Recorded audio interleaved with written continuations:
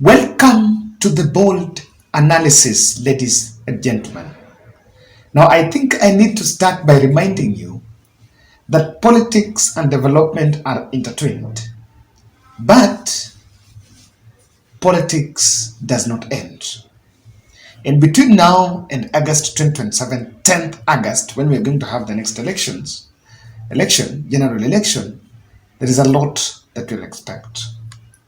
I am still wondering how a whole CS Owalo has been dispatched to meet UDA coordinators in Nyanza, or how the school, or rather the rationale on how president dispatched senior member of cabinet, a cabinet secretary, to meet UDA coordinators.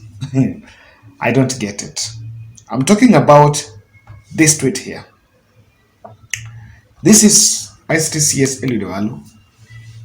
He did this tweet saying, "This morning, UDA grassroots leaders and coordinators from Nyanza region paid me a courtesy call at our assembly home in Siaya County to be updated on implementation framework for the government's development agenda in the region."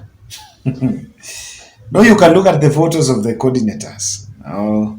One person that you can see there is Principal Secretary in the Ministry of Interior, Raymond. Then how wengine ni coordinators.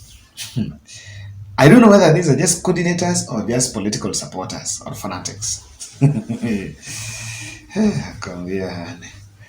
I do say that better us who are really, we are doing politics. Fine, we are doing politics. Better me doing political analysis.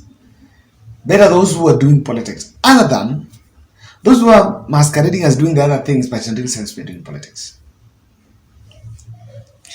And someone who shared with me really triggered that discussion with me, was telling me, so is Owalo having a leadership position in UDA party? And okay, fine. Government projects that are implemented, are they going to be implemented to the UDA supporters? Alafu vitu za government ni vitu like there is marine project, there is the aquaculture, there is the affordable housing in Homa Bay. Sasa ile group imewekwa pale ni kuambiwa kuhusu that affordable housing thing, sometimes some things are very sarcastic, and now that is the country we are in. I told you it's politics 101. I am not wrong, but I see Owalo trying to position himself for a seat in Siaya, probably governor. Yes, now that is my county, why not? We might try his hand there. Probably the governor, but with the UDA party, I am not afraid to say you cannot. I will. So, kindly subscribe to our channel, click the notification bell, and also like our video. Thank you very much for those who are supporting us from different parts of the globe. And I want to tell you that from what I've seen, Owalo is part of the bigger picture. What is going on is just, I want us to look at it in the bigger aspect. President Ruto met 9 members of ODM, rebel members of ODM, that are rightfully within their right to jump ship from ODM to UD or other parties. They are rightfully within their right. It's allowed, and it's part of the long script. Now, I saw Owalo at the center of lobbying for Ruto's votes in Nyanza. And what I'm wondering is why they're putting him in line that not after votes, but the real sense they're talking about Raila. Today there were some leaders who were in Kericho, and the topic was about Raila rallies. So I can tell Owalo that they're not bothering you. In fact, they're bothering you for nothing, while in real sense, they're worried more about they're thinking more about what Raila is doing. Now, there is a script that was implemented in the mountain, and the President Ruto, who then by then was deputy president, engineered Mount Kenya divide and rule. And they successfully staged a hostility campaign and a smear campaign on Uhuru Kenyatta by that time. And then politicians seized the moment. But it was to harbor the political ambition of the man from Sugoi. Successfully it worked. Now, this is the same script that would work in Nyanza. And I want that is being implemented in Nyanza. The timeliness, let me tell you, the timeliness of that script is very critical because I have always been saying that Raila's age is advancing. And he is in some advanced stages in terms of politics. So just a matter of time, transition is going to happen. And now, what has been done is they want to create two factions. A faction that sticks with the political party, or rather the ODM party, and another faction that are the champions of development. The angels, the 9 angels of development. So these two factions are being created, and the script is they should upstage Raila Odinga on the ground that wow, wanaleta development. Now this is the same thing that was done in Central, that Uhuru amewatesa, sasa wakikuja kwa Ruto wao ndio wanataka kusaidia hiyo area. I wanted to get it.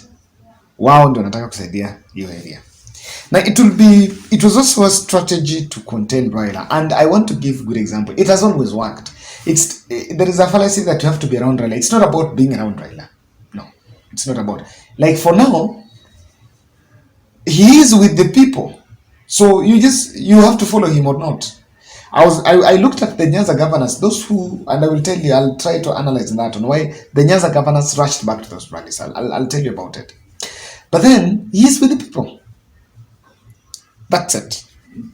This script of this attempted upstaging, it wouldn't work. It wouldn't work. I think for Nyanza, it's a bit, the dynamics are totally different. You know, we're just coming from a handshake dispensation. And Raila has been in government 2007 to 2012, 2013 he was out a bit, then 2017, 2022 he was around, and like the one for 2022 was the handshake arrangement. It's bit of the bigger goal, other than the small bits here and there. It's about the bigger goal. So I want to tell you why the Nyanza dynamics are different. The difference in the Nyanza dynamics. Remember, ODM party is still ingrained in that place. I can tell you, for example, it can lose its popularity, but it has not lost its identity. You need to get it. People still identify the ODM party. As to whether they love it or not is where the popularity comes in. But it still has its identity. It's not really, you cannot underestimate the fact that that party was there, has been there for now, I think it's the longest now surviving party, from 2006 now to 2023. Like how many years? Close to 18 or so years. So that tells you close to 17 years. That tells you that party is still ingrained. So that's dynamic. You cannot compare that with, in Mount Kenya, the Jubilee was on its deathbed. And Raila Odinga is a party politician. You know, that's a party that had its own structures that is still there, is still the party leader, and still holding grip of the party. Now, Uhuru Kenyatta lost grip of the party. The moment he lost grip of the party, the grassroots mobilization structures collapsed. And when that collapsed, that was the end of the party, and that was the end of Raila. Now, Raila in Nyanza is different because the party is still strong. That's one dynamic. The second thing that I think also want to look at, and that's why I'm really saying that they need to strike a balance. For those who are playing or rather implementing the Raila upstaging script, they need to play a balance. If you still go for, if you still maybe second elective seat. I also don't want to underestimate the fact that they're normally personal fortunes. For example, if someone gives you millions, why not? Or someone tells you, you just go on, if you don't make it, I'm going to appoint you somewhere. Personal fortunes are not there and you cannot underestimate. That's if they get power. Now, unlike Uhuru, who served his term, Raila has never got being president. So, the Nyanza nation, as of now, what they're being told, and that's why I'm telling you, that they believe that the person that stopped Raila from becoming president is William Ruto. Now, people talk about what they see now. They forget about all the things in the past. So that discussion of Raila is not president because of William Ruto is what is a dynamic that will destroy or rather neutralize that other script that has been implemented. The other thing is this. I don't think the leaders in that are popular. They're not. One was vying here in Kibera. That's I think I remember we were seeking an elective seat, we vying for MP. The other one is a PS, is experienced, is a paper civil servant. Even Owalo is a civil servant. The other members' game was slippery for Elisha. The Kisumu senator just got it by the ticket and do not have that euphoria, just got it by the party euphoria. So that you cannot compare that group, or even the Owalos, and the Nipi Nyoros of Mount Kenya in Moses Kuria. Look at that group. That group was marshals. And then they don't, in fact, it's not about popularity. They don't have the profile to do it.